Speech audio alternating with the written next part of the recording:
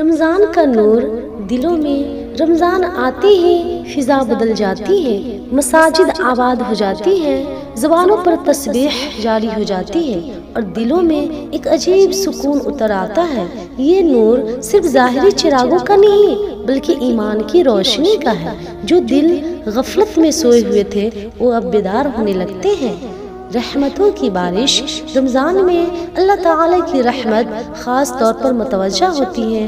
حدیث میں آتا ہے کہ اس مہینے میں جنت کے دروازے کھول دیے جاتے ہیں، جہنم کے دروازے بند کر دیے جاتے ہیں اور شیاطین جکڑ دیے جاتے ہیں۔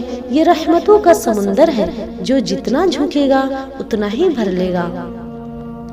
قرآن کا مہینہ رمضان اور قرآن کا بہت گہرا تعلق ہے۔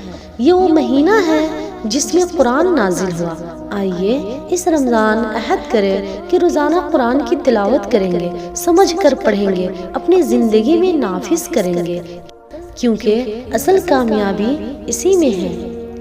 رمضان مغفرت کا سنہرا موقع ہے۔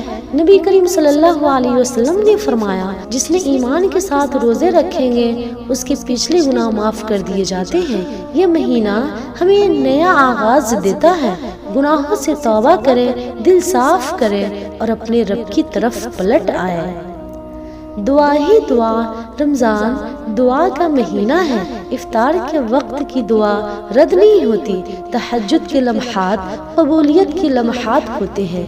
آئیے اپنے لیے، اپنے والدین کے لیے، اپنی اولاد کے لیے اور تمام امت مسلمہ کے لیے دعائیں کریں۔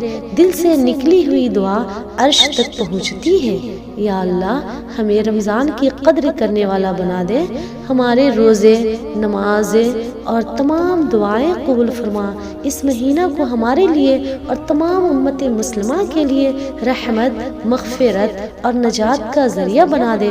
آمین یا رب العالمین۔